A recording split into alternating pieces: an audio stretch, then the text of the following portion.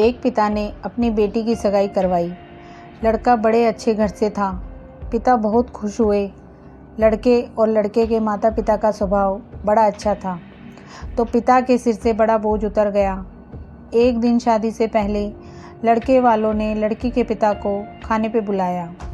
पिता की तबीयत ठीक नहीं थी, फिर भी वह ना कह सके। लड़के वालों ने बड़े ही आदर सत्कार से उनका स्वागत किया। फिर लड़की के पिता के लिए चाय आई।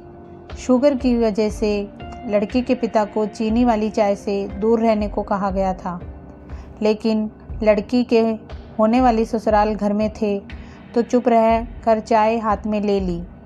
चाय की पहली चुस्की लेते ही वो चौंक से गए। चाय में चीनी बिल्कुल ही नहीं थी और इलायची भी डली हुई थी। वो सोच में पड़ गए कि ये लोग भी हमारी जैसी ही चाय पीते हैं। दोपहर में खाना खाया, वो भी बिल्कुल उनके घर जैसा। दोपहर में आराम करने के लिए 2 तकिए, पतली चादर, उठते ही सौंफ का पानी पीने को दिया गया। वहाँ से विदा लेते समय उनसे रहा नहीं गया तो पूछ बैठे, मुझे क्या खाना है, क्या पीना है, मेरी सेहत के लिए क्या अच्छा है, यह परफेक्टली आपको कैसे पता है? तो बेटी की होने वाली सास ने धीरे से कहा कि कल रात को ही आपकी बेटी का फ़ोन आ गया था। उसने कहा कि मेरे पापा स्वभाव से बड़े सरल हैं, बोलेंगे कुछ नहीं, प्लीज़ अगर हो सके तो आप उनका ध्यान रखिएगा। पिता की आंखों में वहीं पानी आ गया था। लड़की के पिता जब अपने घर पहुँचे तो घर के हॉल में लगी अपनी स्वर्गवासी माँ के फ़ोटो से हार निकाल दिया।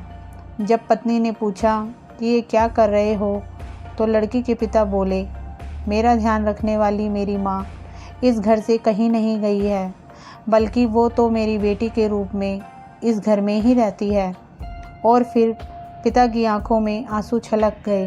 वो फफक कर रो पड़े। सीख, दुनिया में सब कहते हैं ना कि बेटी है एक दिन इस घर को छोड़कर चली जाएगी, मगर मैं दुनिया के सभी माँ बाप से ये कहना चाहता हूँ कि बेटी कभी भी अपने माँ बाप के घर से नहीं जाती, बल्कि वो हमेशा उनके दिल में रहती है। धन्यवाद।